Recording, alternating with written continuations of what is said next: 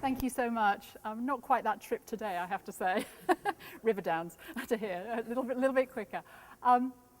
So I guess the question I wanted to start with is, what do you want to be when you grow up? To me, that's always seemed a slightly strange question. Probably because standing here, 1 week away from my 49th birthday, I still don't have an answer to that question. And I've decided I really don't need one. I want to reframe that, and I want to really think about what do we want to do as we grow up? That allows us to keep ourselves open, I think, to many more opportunities, to think about doors being opened for us, to listen and to learn, and then to not have a predefined end point that we're aiming towards. I'm going to think back to finishing high school in the UK, and I got my mind set on being a banker. Not quite sure why, but at that point banking was really appealing to me. But like you, I had the chance to go to a number of different careers fairs and got to speak to some bankers. I listened to what they did day to day, and that really made me question, is this something I really want to do with the rest of my life? I stepped back, took a second thought, and decided that I'd go and study business instead. I wanted to keep my doors open. I was listening, I was learning, but I definitely wanted to keep my options open. While I was at university, I applied for a student exchange program. On my application form, I put that I fancy going to Italy or Spain, somewhere warm for the summer. I ended up getting a placement in Czechoslovakia, and it was Czechoslovakia in those days, strongly communist Czechoslovakia. So I arrived there and had an amazing experience. I got to become really good friends with 2 Czech students, and they shared with me their concerns, their frustrations living in a communist regime where they weren't able to travel outside of their home country. There was no freedom of expression. They were under constant censorship. Even some of the conversations we were having were being monitored, and we knew that. So that really made me realize that personal liberty, personal freedom was so critical and so important as I moved forward in my life. Early in my career, I had a lot of opportunities for variety. I worked with different leaders, I worked in different geographies. I got the opportunity to work in different functions, finance, IT, HR, commercial. And as I did that, I really started to look at what was going on around me. I watched what the leaders I was working with were doing. And I have to say I saw probably the good, the bad, and definitely some pretty ugly stuff in terms of the way people operated with their employees.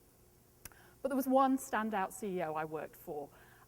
He was an amazing guy. He combined really good business acumen along with the ability to really engage people. He believed in vision, he believed in strategy, but he also believed in something he called a can-do attitude. And he took this to the point where he used to give out awards. He would award people for going above and beyond. Maybe it would be a sales team who were doing something exceptional, getting over a crazy sales budget. Or I remember a team of R&D specialists who were really set a go-get goal to discover a new and different chemical that we were working on. And he would award those individuals.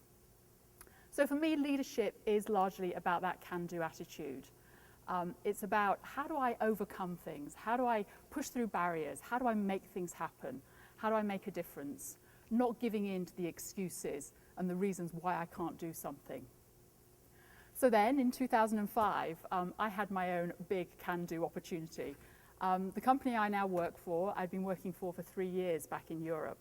And my boss came to me and said, we have a possibility for you to go to the States and work with the team there. Initially for 2 to 3 years. That does extend a little bit, as you'll see from the fact I'm still here now. So I really thought about this. It was one of those, do I really want to do this? Thought about it hard, and then decided, with the wonderful support of my husband, to take that leap of faith and to move here. So we arrived, 3 young children, 3,500 miles from pretty much everything familiar. And it was tough. But again, listening, learning, talking to people, I quickly picked up things. I realized that a diary is not the same as a calendar or a schedule. I realized that when I said fortnight, I had to explain to my PA that that was actually bi-weekly, that I wanted my meetings set up.